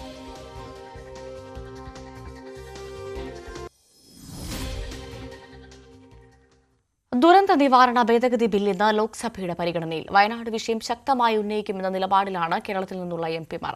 ഇന്നലെ UDF എംപിമാർ കേന്ദ്ര ആഭ്യന്തരമന്ത്രി അമിത്ഷായുമായി കൂടിക്കാഴ്ച നടത്തിയിരുന്നു. വയനാടിന് പ്രത്യേക പാക്കേജിനുള്ള കേരളത്തിന്റെ അപേക്ഷ അംഗീകരിക്കണം, L3 എന്ന വിഭാഗത്തിൽപ്പെടുത്തി കൂടുതൽ ധനസഹായം ലഭ്യമാക്കണമെന്നീ ആവശ്യങ്ങളാണ് എംപിമാർ മുന്നോട്ട് വെച്ചത്. ഇതിൽ അമിത്ഷായുടെ പ്രസ്താവന ഉറ്റുനോക്കുകയാണ് എംപിമാർ. കിരൺ ബാബു ചേരുന്നു കൂടുതൽ വിവരങ്ങളുമായി നാഷണൽ ഡെസ്കിൽ നിന്നും. കിരൺ, ഇന്നലെ എന്തായാലും കേരളത്തിൽ നിന്ന് എംപിമാർ അമിത്ഷായുമായി ചർച്ച നടത്തിയിരുന്നു. അദ്ദേഹം ഒരു ഉറപ്പ് നൽകിയിട്ടുണ്ട്, സഹായമുണ്ടാകും വയനാടിനെന്ന്. ആ ഉറപ്പ് അത് എത്ര വേഗം പ്രാബല്യത്തിലാകുന്നു, അല്ലെങ്കിൽ ആ ഉറപ്പ് എത്രമാത്രം അദ്ദേഹം ഉറപ്പ് നൽകുന്നു എന്നതാണ് പ്രധാനമായും നമ്മളൊക്കെ കാത്തിരിക്കുന്നത്. ഇന്ന് എന്താണ് സംഭവിക്കാൻ പോകുന്നത്? വിശദാംശങ്ങൾ. ഭവ്യ, കേരളം വലിയ പ്രതീക്ഷയിൽ തന്നെയാണ്. കോൺഗ്രസിന്റെ ഭാഗത്തു നിന്ന് വലിയൊരു മൂവ് കൂടിയാണ് നടത്തിയത്. കോൺഗ്രസ് എംപിമാരെല്ലാം ചേർത്തുകൊണ്ട് പ്രിയങ്ക ഗാന്ധി തന്നെ നേരിട്ട് മുന്നിൽ നിന്നുകൊണ്ട് കേരള സർക്കാർ ആവശ്യപ്പെട്ട സാമ്പത്തിക സഹായം കേരളത്തിൽ ലഭ്യമാക്കണം എന്നാവശ്യപ്പെട്ടുകൊണ്ടാണ് ഇന്നലെ അമിത്ഷായെ കണ്ടത്. പക്ഷേ ഈ പറയുന്നത് പോലെ അമിത്ഷായുടെ ഭാഗത്തു നിന്ന് അങ്ങനെ കാര്യമായ ഒരു വലിയ ഉറപ്പ് ഒന്നും ലഭിച്ചിട്ടില്ല. കേന്ദ്രത്തിന്റെ ഭാഗത്തു നിന്ന് ഇതുവരെയും ലഭ്യമായതെല്ലാം ഈ തുക ലഭ്യമാക്കാൻ കഴിയില്ല. 156 കോടി രൂപ നേരത്തെ നൽകിയിട്ടുണ്ട്, അതിനപ്പുറത്തേക്ക് നൽകാൻ കഴിയില്ല എന്നുള്ള സൂചനകൾ തന്നെയാണ്. സ്വാഭാവികമായും എംപിമാർ ഒരു ആവശ്യം ഉന്നയിക്കുമ്പോൾ കേന്ദ്രമന്ത്രി എന്ന നിലയ്ക്ക് പരിഗണിക്കാം അല്ലെങ്കിൽ പരിശോധിക്കാമെന്നതിനപ്പുറത്തേക്ക് ഒരു പണം നൽകാം, അങ്ങനെ കേരളത്തിന് സഹായം ഉണ്ടാവും എന്ന തരത്തിലുള്ള വലിയ ഉറപ്പുകളൊന്നും വന്നിട്ടില്ല. ഇന്ന് പാർലമെന്റിൽ അതിന് ഏതെങ്കിലും തരത്തിൽ ഒരു മറുപടി ഉണ്ടാവും എന്നാണ് പ്രതീക്ഷിക്കുന്നത്. പക്ഷേ ഇന്ന് വൈകുന്നേരം 5 മണിക്ക് മഹാരാഷ്ട്രയിൽ ഫട്നാവിസ് സർക്കാരിന്റെ സത്യപ്രതിജ്ഞയാണ്. അതുകൊണ്ട് തന്നെ ഇന്ന് പ്രധാനമന്ത്രിയും അമിത്ഷായും അടക്കമുള്ളവരെല്ലാം ഉച്ചയ്ക്ക് മുമ്പ് തന്നെ മഹാരാഷ്ട്രയ്ക്ക് തിരിക്കുന്നുണ്ട്. അതുകൊണ്ട് പാർലമെന്റ് ഇന്ന് ഉച്ചയ്ക്ക് മുമ്പ് തന്നെ പിരിയാൻ തന്നെയാണ് സാധ്യതയുള്ളത്. സാധാരണഗതിയിൽ ഇത്തരം പരിപാടികളൊക്കെ വരുമ്പോൾ പാർലമെന്റ് മുൻകൂട്ടി ധാരണയുണ്ടാക്കി നേരത്തെ പിരിയാറുണ്ട്. ഇത് പ്രധാനപ്പെട്ട ഒരു ചടങ്ങാണ്. എന്തായാലും പ്രധാനമന്ത്രിക്കും അമിത്ഷായ്ക്കും അടക്കമുള്ളവർക്ക് ആ ചടങ്ങിൽ നിന്ന് വിട്ടു നിൽക്കാൻ കഴിയില്ല. അതുകൊണ്ട് ഇന്ന് അത്തരം ഒരു പ്രസ്താവന ഉണ്ടാകാൻ സാധ്യത എത്രത്തോളം ഉണ്ട് എന്നത് ഇനി പാർലമെന്റ് നടപടികൾ തുടങ്ങിയ ശേഷം മാത്രമേ അറിയാൻ കഴിയൂ. പാർലമെന്റ് നടപടികൾ തുടങ്ങുമ്പോൾ തന്നെ പ്രതിപക്ഷം വിവിധ വിഷയങ്ങളിൽ അടിയന്തര പ്രമേയത്തിന് നോട്ടീസ് നൽകിയിട്ടുണ്ട്. അതുമായി ബന്ധപ്പെട്ട ബഹളങ്ങളൊക്കെ പാർലമെന്റിൽ സ്വാഭാവികമായും ഉണ്ടാവാൻ വഴിയുണ്ട്. എന്തായാലും ഇന്ന് അങ്ങനെ ഒരു മറുപടി ഉണ്ടാവും. ഇന്നല്ലെങ്കിൽ അടുത്ത ദിവസങ്ങളിലെങ്കിലും അത്തരമൊരു മറുപടി പാർലമെന്റ് ഔദ്യോഗികമായ ഒരു മറുപടി ഉണ്ടാകുമെന്നും കേരളത്തിന്റെ ആവശ്യം ഒരു പരിധിവരെയെങ്കിലും പരിഹരിക്കും അല്ലെങ്കിൽ അംഗീകരിക്കും എന്നുള്ള ഒരു പ്രതീക്ഷയാണ് കേരളത്തിൽ ഇടത് എംപിമാർക്കായാലും കോൺഗ്രസ് എംപിമാർക്കായാലും കേരളത്തിന് പൊതുവെയും ഉള്ളത്. ആ ഒരു പ്രതീക്ഷയിൽ തന്നെയാണ് കേരളം ഇപ്പോഴും നിൽക്കുന്നത്. കിരൺ ബാബുവാണ് വിവരങ്ങൾ നൽകിയത്. മഹാനായകൻ ഫട്നാവിസ്.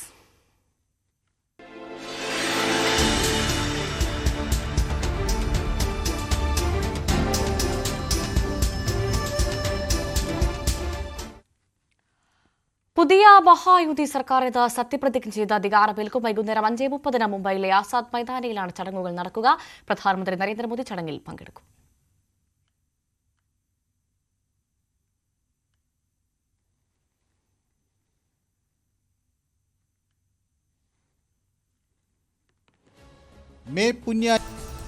വലിയ വിജയത്തിന്റെ ശില്പിയാണ് ഫട്നാവിസ്. BJP സ്ഥാനാർത്ഥികൾ മത്സരിച്ച 149 സീറ്റുകളിൽ 132 വിജയമുറപ്പാക്കി. ശക്തമായ RSS പിന്തുണയുള്ള ദേവേന്ദ്ര ഫട്നാവിസ് 2014 തന്റെ 44-ാം വയസ്സിലാണ് ആദ്യമായി മുഖ്യമന്ത്രിയാകുന്നത്. ശരത് പവാറിന് ശേഷം ഏറ്റവും പ്രായം കുറഞ്ഞ മുഖ്യമന്ത്രി. അന്ന് അവിഭക്ത ശിവസേനയുമായി BJP സഖ്യത്തിലായിരുന്നു. 2019 നിയമസഭാ തെരഞ്ഞെടുപ്പിന് ശേഷം മുഖ്യമന്ത്രി സ്ഥാനത്തെ ചൊല്ലി തർക്കം രൂക്ഷമായി. ശിവസേന സഖ്യത്തിൽ നിന്ന് പിന്മാറി. BJP അജിത് പവാറുമായി കൈകോർത്തു. ഫട്നാവിസ് മുഖ്യമന്ത്രിയായും അജിത് പവാർ ഉപമുഖ്യമന്ത്രിയുമായും സത്യപ്രതിജ്ഞ ചെയ്തു. എന്നാൽ സർക്കാരിൻ്റെ ആയുസ് നീണ്ടത് 80 മണിക്കൂറുകൾ മാത്രം. അജിത് പവാർ NCPയിലേക്ക് മടങ്ങി.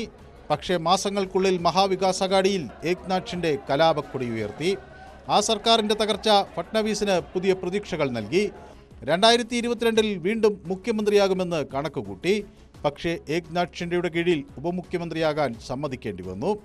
അഖില ഭാരതീയ വിദ്യാർത്ഥി പരിഷത്തിന്റെ അംഗമായിയാണ് ഫട്നവീസ് പൊതുപ്രവർത്തനത്തിൽ ആദ്യം സ്വയം അടയാളപ്പെടുത്തുന്നത്.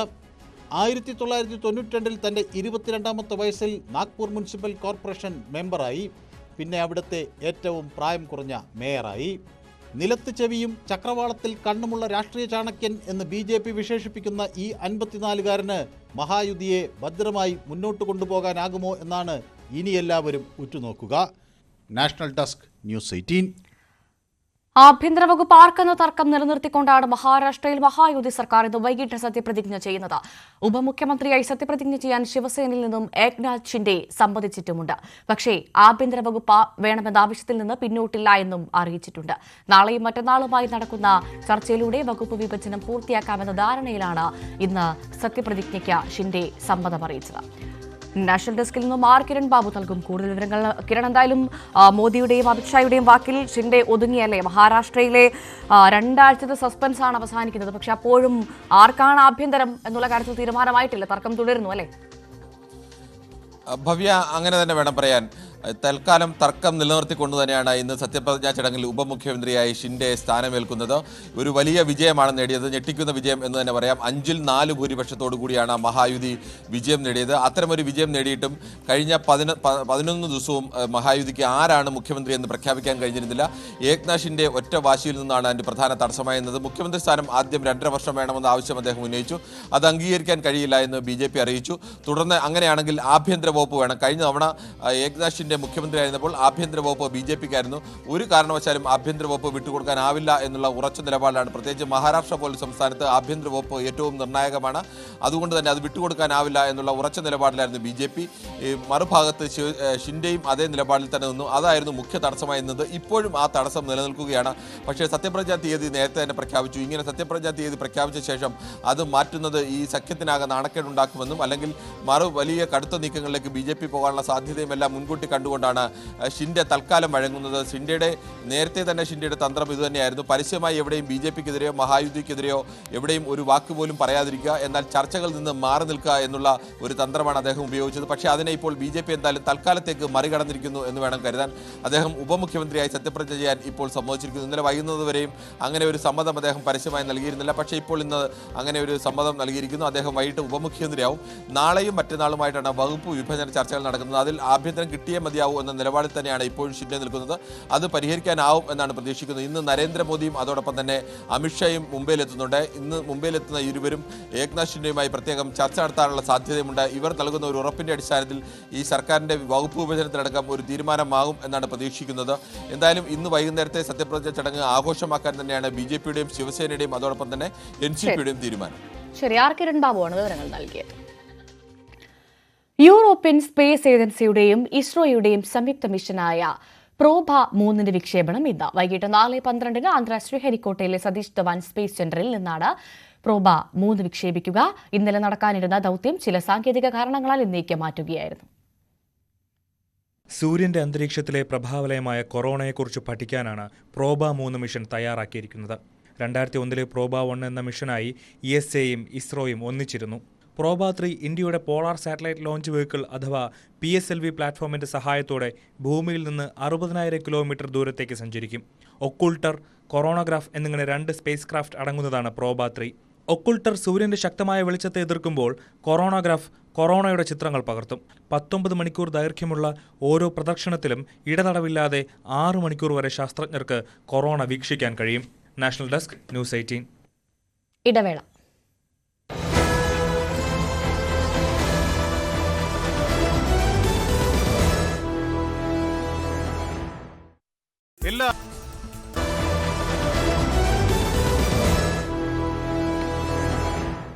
തിരികെ വാർത്തയിലേക്ക്. അല്ലു അർജുൻ ഫഹദ് ഫാസിൽ ചിത്രം പുഷ്പ 2വിന്റെ വ്യാജ പതിപ്പ് ഇന്റർനെറ്റിൽ. തമിഴ് ബ്ലാസ്റ്റേഴ്സ് എന്ന വെബ്സൈറ്റിലാണ് ചിത്രത്തിന്റെ വ്യാജ പതിപ്പുകൾ എത്തിയത്. അതേസമയം തിയേറ്ററിലെത്തിയ ചിത്രത്തോട് സമ്മിശ്ര പ്രതികരണമാണ്. തിയേറ്ററുകളിൽ വലിയ പ്രതീക്ഷയോടുകൂടിയാണ് ആരാധകർ എത്തിയത്. അതിനിടെ ഹൈദരാബാദിൽ സിനിമ കാണാനെത്തിയവരുടെ തിക്കിലും തിരക്കിലും ഒരു യുവതി മരിച്ചു. ഹൈദരാബാദിലെ സന്ധ്യ തിയേറ്ററിലാണ് അപകടം.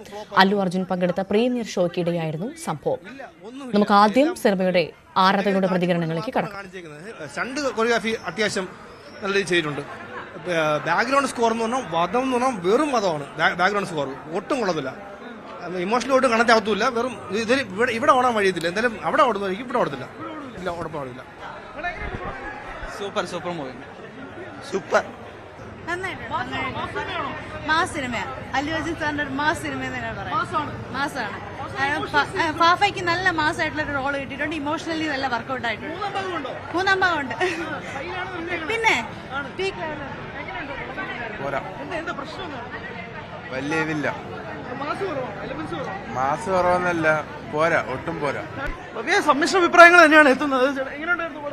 ഫസ്റ്റ് ഹാഫേ കൊള്ളാവുള്ളൂ, സെക്കൻഡ് ഹാഫ് കൊള്ളത്തില്ല. സെക്കൻഡ് ഹാഫ് എന്താണ്, മാസാണോ ഇത് ഇമോഷണൽ ആയിട്ടാണോ? ഭയങ്കര ഇമോഷണലാണ്. ഭയങ്കര ഇമോഷണലാണ്. കണക്ട് ആവുന്നുണ്ടോ?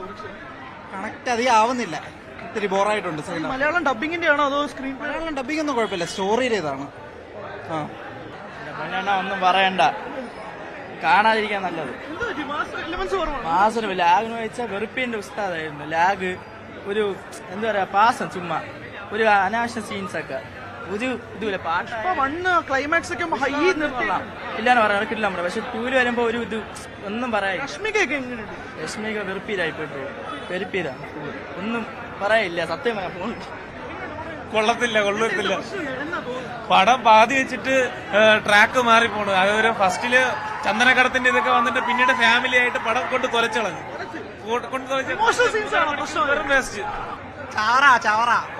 കൊള്ളത്തില്ല. ഫസ്റ്റ് പാർട്ടിന്റെ ഒരു രീതി പോലും പുലർത്തിയില്ല. ഫസ്റ്റ് ഹാഫ് കൊള്ളാം, ബാക്കിയെല്ലാം ചവറായി പോയി. സെക്കൻഡ് ഉണ്ട്, പക്ഷെ അവസാനം എല്ലാം സീരിയൽ ലെവൽ മേക്കിംഗ് ആയി, ഒട്ടും കൊള്ളത്തില്ല. ഹരികൃഷ്ണൻ ചേരുന്നു കൂടുതൽ വിവരങ്ങളുമായി. ഹരി, എന്തായാലും പ്രേക്ഷകരുടെ പ്രതികരണം നമ്മൾ കേട്ട് കഴിഞ്ഞു, ഇനി അതിലേക്ക് കടക്കുന്നില്ല. പ്രധാനമായി ഇവിടെ ഈ പുഷ്പ 2വിന്റെ വ്യാജ പകർപ്പ് ഇന്റർനെറ്റിൽ എത്തി എന്നുള്ള വിവരങ്ങൾ ലഭിക്കുന്നു. ഇതിപ്പോൾ ഒരു ട്രെൻഡായി മാറിക്കൊണ്ടിരിക്കുകയാണ്. ഇത്തരത്തിലുള്ള സിനിമ ഇറങ്ങുന്നു, മണിക്കൂറുകൾക്കകം അതിന്റെ വ്യാജ പതിപ്പ് ഇറങ്ങുന്നു. അത് ഒരിക്കലും അനുവദനീയമല്ല. എന്താണ് സംഭവിച്ചത്? വിവരങ്ങൾ എന്തൊക്കെയാണ്? ഭവ്യ സൂചിപ്പിച്ചതുപോലെ തന്നെ ഇത് ട്രെൻഡായിട്ട് മാറി നിൽക്കുന്ന ഒരു സാഹചര്യമാണുള്ളത്. പ്രത്യേകിച്ച് ഈ ബിഗ് ബഡ്ജറ്റ് സിനിമകളൊക്കെ തന്നെ റിലീസായി. ഇത് 4 മണിക്കാണ് ആദ്യ ഷോ വരുന്നത്. ഈ 4 മണിക്കുള്ള ഷോ അവസാനിച്ചത് 7:30-ക്കാണ്. ഈ 7:30-ക്ക് അവസാനിച്ച ഷോ അപ്പോൾ തന്നെ ഈ തമിഴ് ബ്ലാസ്റ്റേഴ്സ് എന്ന ഈ വെബ്സൈറ്റിലേക്ക് ഫുൾ മൂവിയാണ് അപ്ലോഡ് ആയിരിക്കുന്നത് എന്നുള്ളതാണ് ഞെട്ടിപ്പിക്കുന്നത്. അതായത് കൃത്യം ആ ഷോ കഴിയുന്ന സമയത്ത് തന്നെ ഈ വ്യാജ പ്രിന്റ് പുറത്ത് വന്നിരിക്കുകയാണ്. ഈ തമിഴ് ബ്ലാസ്റ്റേഴ്സ് എന്ന ഓൺലൈൻ വെബ്സൈറ്റിലൂടെയാണ് ഇത് പുറത്ത് വരുന്നത്. സാധാരണയായി റിലീസാവുന്ന പല സിനിമകൾ, ഇതുപോലെ വമ്പൻ സിനിമകൾ, ഇപ്പോൾ വേട്ടയ്യൻ ആയിക്കോട്ടെ, ARM, കങ്കുവ പോലുള്ള സിനിമകളൊക്കെ തന്നെ കഴിഞ്ഞ മാസം റിലീസായ ഏറ്റവും വലിയ ബിഗ് ബഡ്ജറ്റ് ചിത്രമാണ് കങ്കുവ. ഇങ്ങനെ ബിഗ് ബഡ്ജറ്റ് സിനിമകളെ ടാർഗറ്റ് ചെയ്തുകൊണ്ട് ഈ ചിത്രങ്ങൾ തിയേറ്ററിൽ പോയി ഷൂട്ട് ചെയ്യാൻ ഇതുപോലെ ഒരുപാട് പേർ പല സംസ്ഥാനങ്ങളിൽ നിന്നുകൊണ്ട് പല തിയേറ്ററുകളിലും ലക്ഷ്യം വെച്ചുകൊണ്ട് തന്നെ ഈ വ്യാജ പ്രിന്റ് ഷൂട്ട് ചെയ്യാൻ വേണ്ടിയിട്ട് അവിടെ ഇരുന്നു കൊണ്ട് ട്രൈപോഡിൽ ഇരുന്നു കൊണ്ട് ഷൂട്ട് ചെയ്യുന്ന വാർത്ത നമ്മൾ കഴിഞ്ഞ ദിവസങ്ങളിൽ ARM എന്ന ചിത്രത്തിൽ നിന്ന് കണ്ടതാണ്. തിരുവനന്തപുരം മേരീസ് പ്ലെക്സ് തിയേറ്ററിൽ നിന്നുകൊണ്ട് ഷൂട്ട് ചെയ്ത രംഗങ്ങൾ, അവർ ഷൂട്ട് ചെയ്യാൻ ഉപയോഗിച്ച ട്രൈപോഡ് ഉൾപ്പെടെയുള്ള സാധനങ്ങൾ ഒക്കെ തന്നെ ആ ക്യാമറയിൽ പതിയുകയും ചെയ്തിരുന്നു. അങ്ങനെ ഇതുപോലെ ബിഗ് ബഡ്ജറ്റ് സിനിമകളൊക്കെ തന്നെ ഈ ഇന്ത്യ ഒട്ടാകെയുള്ള സ്ഥലങ്ങളിൽ പല തിയേറ്ററുകളും ലക്ഷ്യം വെച്ചുകൊണ്ട് ഇങ്ങനെ ഒരു പ്രവണത തുടർന്നുകൊണ്ടേയിരിക്കുകയാണ്. സിനിമാ മേഖലയെ സംബന്ധിച്ചിടത്തോളം വളരെയധികം തിരിച്ചടി നേരിടുന്ന ഒരു പ്രതിസന്ധി കൂടിയാണ് ഈ ഒരു വ്യാജ പ്രിന്റ് പുറത്തു വരുന്നത് കൂടി ഉണ്ടാവുന്നത്. ഈ ലിങ്ക് പിന്നീട് മാറുന്നതിന് ശേഷം ഇവർ ഇതിന്റെ IP അഡ്രസ്സ് തന്നെ മാറ്റി പുതിയൊരു വെബ്സൈറ്റിലേക്ക് ഈ കോണ്ടന്റ് വീണ്ടും അപ്ലോഡ് ചെയ്യുകയാണ്. പിന്നീട് മറ്റ് സമൂഹ മാധ്യമങ്ങളിലൂടെ തന്നെ, ഇപ്പോൾ ടെലഗ്രാം പോലുള്ള ആപ്പുകളിലൊക്കെ തന്നെ ഈ പ്രിന്റ് വളരെയധികം വൈറലായി സ്പ്രെഡ് ആവുകയും ചെയ്തു. പ്രധാനമായും ഇതുപോലൊരു ബിഗ് ബഡ്ജറ്റ് സിനിമകൾ ആദ്യ ദിനം തന്നെ വരുമ്പോഴേക്കും തിയേറ്ററിൽ പോകേണ്ട സാഹചര്യമില്ല, TV-യിൽ ഇരുന്ന് തന്നെ കാണാം, അല്ലെങ്കിൽ ഫോണിലിരുന്ന് കാണാമെന്നുള്ള പ്രേക്ഷകന്റെ ചിന്തയെ കൂടുതൽ ആക്കം കൂട്ടുന്ന തരത്തിലേക്കാണ് ഇതുപോലുള്ള വീഡിയോകൾ വരുന്നത്. അത് സിനിമാ മേഖലയെ സംബന്ധിച്ചിടത്തോളം ഞെട്ടിപ്പിക്കുന്ന ഒരു കാര്യമായിട്ട് തന്നെ തുടരുകയാണ്. വരുന്ന ദിവസങ്ങളിലും ഇതിൽ ശക്തമായ നടപടി സ്വീകരിക്കേണ്ട സമയമൊക്കെ എത്രയോ അതിക്രമിച്ചു കഴിഞ്ഞിരിക്കുന്നു. വരും ബിഗ് ബഡ്ജറ്റ് സിനിമകൾ, ഈ മാസം തന്നെ ഒട്ടനവധി സിനിമകളുണ്ട്, അതൊക്കെ തന്നെ പ്രതിസന്ധിയിലേക്ക് പോകുമോ എന്നുള്ളൊരു ചോദ്യചിഹ്നം ദിനത്തിൽ തന്നെയാണ് ഇപ്പോൾ ഈ പുഷ്പ 2 എന്ന ചിത്രത്തിന്റെ വ്യാജ പതിപ്പും കൂടി പുറത്തു വന്നിരിക്കുന്നത്. ഇതിന് അടിയന്തരമായി ഇത് എവിടെ നിന്നാണ് സോഴ്സ് എന്നോ ഇത് കൃത്യമായി എവിടെ നിന്നാണ് അപ്ലോഡ് ചെയ്തിരിക്കുന്നത്, ഏത് തിയേറ്ററാണ് എന്നത് സംബന്ധിച്ചൊക്കെ വ്യക്തമായ വിവരങ്ങൾ ലഭിക്കേണ്ടതുണ്ട്. പക്ഷേ നിലവിലത്തെ സാഹചര്യത്തിൽ പ്രിന്റുകൾ ഇപ്പോൾ വൈറലായി മാറിക്കൊണ്ടിരിക്കുന്ന സാഹചര്യമാണ്. ഭവ്യ. ശരി, ഹരികൃഷ്ണനാണ് വിവരങ്ങൾ നൽകിയത്. ചിത്രത്തിൽ അല്ലു അർജുന് വേണ്ടി ഡബ് ചെയ്തത് സംവിധായകൻ ജിസ് ജോയിയാണ്. ചിത്രത്തിൽ ഫഹദ് ഫാസിൽ മികച്ച പ്രകടനമാണ് കാഴ്ചവെച്ചത്. ചിത്രത്തിന്റെ ഭാഗമായതിൽ അഭിമാനമെന്നും അദ്ദേഹം പ്രതികരിച്ചു. ഫഹദിനെ ഭയങ്കര ആർപ്പുവിളിയും ഒക്കെ ആയിരുന്നു. അല്ല, രണ്ടുപേരും അസലായിട്ടുണ്ട്. ഡബ് ചെയ്തപ്പോഴേ കണ്ടതാണ്. പക്ഷെ ഒരുമിച്ച് കാണുമ്പോൾ കുറെ കൂടെ ഭയങ്കര സന്തോഷമുണ്ട്. പാട്ടുകളും ഒക്കെ, പിന്നെ ഓരോ സീനിനും ആൾക്കാർ ഭയങ്കര ഫുൾ ഫാൻസാണ് തിയേറ്ററിനകത്ത്. ഭയങ്കര ആർപ്പുവിളിയും ഒക്കെയാണ്. അല്ല, അങ്ങനെ പറഞ്ഞിട്ടില്ല. ഞാൻ പറഞ്ഞ അവരുടെ ഓക്കെ നല്ല രശ്മിക നന്നായിട്ടുണ്ട്. വളരെ എല്ലാം ഭയങ്കര സുകുമാർ സാറിന്റെ ഡയറക്ഷനാണ് ഏറ്റവും രസകരമായിട്ട് തോന്നുന്നത്. ഭയങ്കര അടിപൊളിയായിട്ടുണ്ട്. പുഷ്പ 3 അവർ ഉണ്ടെന്നാണല്ലോ പറയുന്നത്. എനിക്കും അത്രേ അറിയുള്ളൂ. ഇല്ല, ഇതിൽ കാണിച്ചിട്ടില്ല. നിങ്ങൾ പടം കാണും, അപ്പോൾ ഞാൻ കൂടുതൽ സ്പോയിലേഴ്സ് പറയുന്നില്ല. ഫസ്റ്റ് ഷോ കഴിഞ്ഞിട്ടുള്ളൂ. കൊണ്ടുപോട്ടെ, നമ്മളെല്ലാം വർക്ക് ചെയ്ത പടമല്ലേ, കൊണ്ടുപോട്ടെ. ഡബിംഗ് തിയേറ്ററിൽ കണ്ടതിനേക്കാൾ കൂടുതൽ എഫക്റ്റിലാണ് തിയേറ്ററിൽ വന്നിരിക്കുന്നത്.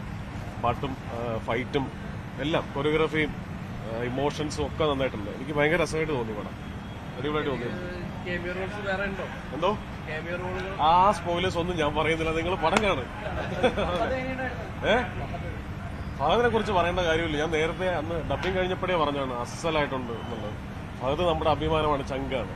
പുഷ്പ എന്നാൽ വൈൽഡ് ഫയർ ആവട്ടെ, ഇന്റർനാഷണൽ ആവട്ടെ, അല്ലേ? ഇന്നറിയാം സിൽവർ ലൈൻ വരുമോ ഇല്ലയോ എന്ന്.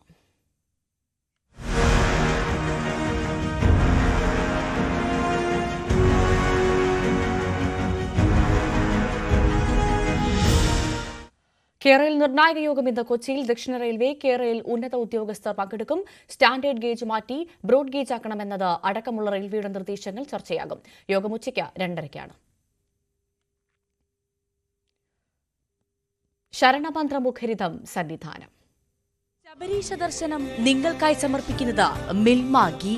വ്രതശുദ്ധിയുടെയും നന്മയുടെയും നാളുകൾ പരിശുദ്ധമാക്കാം മിൽമയ്ക്കൊപ്പം. സന്നിധാനത്ത് തിരക്ക് നിയന്ത്രണ വിധേയം. 70,529 തീർത്ഥാടകരാണ് ഇന്നലെ ദർശനം നടത്തിയത്. മണിക്കൂറിൽ 3000-നും 3500-നും ഇടയിൽ തീർത്ഥാടകരാണ് 18-ാം പടി ചവിട്ടുന്നത്. മഴ മാറിയതോടെ തെളിഞ്ഞ അന്തരീക്ഷമാണ് സന്നിധാനത്ത് ഇപ്പോഴുള്ളത്. ശബരിമല സന്നിധാനത്ത് തിരക്ക് നിയന്ത്രണ വിധേയമാണ്. പമ്പ മുതൽ സന്നിധാനം വരെ തടസ്സങ്ങളില്ലാതെ തീർത്ഥാടകർക്ക് എത്താൻ കഴിയും. പ്രത്യേകിച്ച് നടപ്പന്തൽ മുതൽ മാത്രമാണ് നിയന്ത്രണങ്ങൾ വരുന്നത്. ഇന്നലെ 70,000-ത്തിലധികം തീർത്ഥാടകർ സന്നിധാനത്തെത്തി. ക്യാൻസലേഷൻ നേരത്തെ ബുക്ക് ചെയ്തവരിൽ 5000-ത്തോളം പേരാണ് ക്യാൻസൽ ചെയ്തത്. അതിന്റേതായ രീതിയിൽ സ്പോട്ട് ബുക്കിംഗിലും വർധന വരുത്തിയിട്ടുണ്ട്. 12,000-ലധികം പേർക്ക് ഇന്നലെ സ്പോട്ട് ബുക്കിംഗ് വഴിയും ദർശനം നടത്തി. ഇന്നിപ്പോൾ രാവിലെ ഈ സമയം വരേക്കും മണിക്കൂറിൽ 3000-നും 3500-നും ഇടയ്ക്ക് തീർത്ഥാടകർ സന്നിധാനത്തേക്ക് എത്തുന്നുവെന്നാണ് പോലീസിന്റെ കണക്ക്. തിരക്ക് നിയന്ത്രണ വിധേയമാണ്. വലിയ ബുദ്ധിമുട്ട് കൂടാതെ തീർത്ഥാടകർക്ക് ദർശനം നടത്തി മടങ്ങാൻ കഴിയുന്ന സാഹചര്യമുണ്ട്. പ്രത്യേകിച്ച് നടപ്പന്തൽ മുതൽ മാത്രമാണ് ആളുകൾക്ക് നിയന്ത്രണം വരുന്നത്. സ്വാമി എവിടുന്ന് വരുന്നു? Bangalore. How much time you waited here? Almost 3 hours. 3 hours. Is there any No. Nothing. Good. Yes, sir. Swami എവിടുന്നാ? Telugu. How much time we are waiting? Half an hour. സ്വാമി എവിടുന്നാ? ഞാൻ കൊല്ലം കരുനാഗപ്പള്ളി. ഒരുപാട് സമയം കാത്തിക്കാൻ തുടങ്ങിയിട്ട്? ഒരു 3/4 മണിക്കൂർ. പമ്പയിന്ന് തിരക്കില്ലായിരുന്നു. സന്നിധാനം വരെ സുഖമായിട്ട് എത്തി. ഇവിടെ വന്നിടക്കാ ബുദ്ധിമുട്ടുകളൊന്നും ഉണ്ടായില്ല? ഇല്ല. വാളയപ്പുറം കുഴപ്പമൊന്നുമില്ലല്ലോ? കുഴപ്പമൊന്നുമില്ല. സുഖമായിട്ട് എത്താൻ പറ്റി? സ്വാമി എവിടുന്നാ? കോഴിക്കോട്. എന്താണ് നിങ്ങളറിയുമ്പോ? അടിമുടി മാറ്റമുണ്ട്. എല്ലാം വളരെ ഹാപ്പിയാണ്. തിരക്കും കാര്യങ്ങളൊന്നുമില്ല. റഷ് ഉണ്ടെങ്കിലും സ്മൂത്തായിട്ട് കാര്യം ഇവിടെ എത്തി. നടപ്പന്തലിൽ മാത്രമാണ് കുറച്ചു നേരം കാത്തിക്കേണ്ടി വന്നു അല്ലേ? നടപ്പന്തലിൽ നിന്നിട്ടില്ല, സ്ട്രൈറ്റ് ആയിട്ട് പോകുന്നു. സ്വാമി ശരണം. അതാണ് തീർത്ഥാടകർക്ക് പറയാനുള്ളത്. എല്ലാവർക്കും വളരെ സുഗമമായിട്ട് ദർശനം നടത്താൻ കഴിയുന്ന ഒരു സാഹചര്യം ഇവിടെ ഉണ്ടാകുന്നുണ്ട്. അതുകൊണ്ട് തന്നെ വലിയ ബുദ്ധിമുട്ടുകൾ ആരും പങ്കുവയ്ക്കുന്നില്ല. സ്വാഭാവികമായിട്ടും നടപ്പന്തലിൽ അല്പസമയം കാത്തു നിൽക്കേണ്ടി വരുമെന്നുള്ളതൊരു വസ്തുതയാണ്. അതിനപ്പുറത്തേക്ക് കഴിഞ്ഞ വർഷങ്ങളിലൊക്കെ ഉണ്ടായിരുന്ന പോലത്തെ ഒരു ബുദ്ധിമുട്ട് എവിടെയും ആർക്കും നേരിടേണ്ടി വന്നിട്ടില്ല എന്നുള്ളതാണ് ഏറ്റവും എടുത്തു പറയേണ്ട ഒരു കാര്യം. മറ്റൊരു കാര്യം കൂടിയുണ്ട്. ഇന്ന് പോലീസിന്റെ പുതിയ ബറ്റാലിയൻ ഇന്ന് വരികയാണ്. സ്വാഭാവികമായിട്ടും 18-ാം പടിയിലെ പോലീസുകാരടക്കം മാറും. അപ്പോൾ അതിന്റേതായ ഒരു മാറ്റം ഇനിയുള്ള ദിവസങ്ങളിൽ ഇനിയുള്ള സമയത്തും ഉണ്ടാകാനുള്ള സാധ്യത തന്നെയാണ് കാണുന്നത്. തീർത്ഥാടന കാലം ഇത്രയും ദിവസം പിന്നിടുമ്പോഴും പ്രശ്നങ്ങളില്ലാതെ മുന്നോട്ട് പോകുന്നു, എല്ലാം സുഗമമായി മുന്നോട്ട് പോകുന്നു എന്നുള്ളത് പോലീസിനും ദേവസ്വം ബോർഡിനെ സംബന്ധിച്ച വലിയ ആശ്വാസം നൽകുന്ന ഒരു കാര്യം തന്നെയാണ്. ഇന്ന് രാവിലെ തെളിഞ്ഞ അന്തരീക്ഷമായിരുന്നു, പക്ഷേ അന്തരീക്ഷം മാറുന്നുണ്ട്. മൂടിക്കെട്ടിയ അന്തരീക്ഷമായി മാറുന്ന ഇടയ്ക്ക് ചാറ്റൽ മഴയുണ്ട്. പക്ഷേ അതൊന്നും തീർത്ഥാടനത്തെ ബാധിക്കുന്ന തരത്തിലേക്ക് ഒന്നും വന്നിട്ടില്ല എന്നുള്ളതാണ് എടുത്ത് പറയേണ്ട കാര്യം. ബിപിൻ മുരളിക്കൊപ്പം CV അനുമോദ്, ന്യൂസ് 18. ശബരീശ ദർശനം നിങ്ങൾക്കായി സമർപ്പിച്ചത് മിൽമാഗി. വ്രതശുദ്ധിയുടെയും നന്മയുടെയും നാളുകൾ പരിശുദ്ധമാക്കാം മിൽമയ്ക്കൊപ്പം. പൂർണ്ണമാകുന്നു വാർത്താരംഭം. ഇനി ഇടവേളയ്ക്ക് ശേഷം കാണാം ന്യൂസ് 10 KP അഭിലാഷത്ത്. നമസ്കാരം.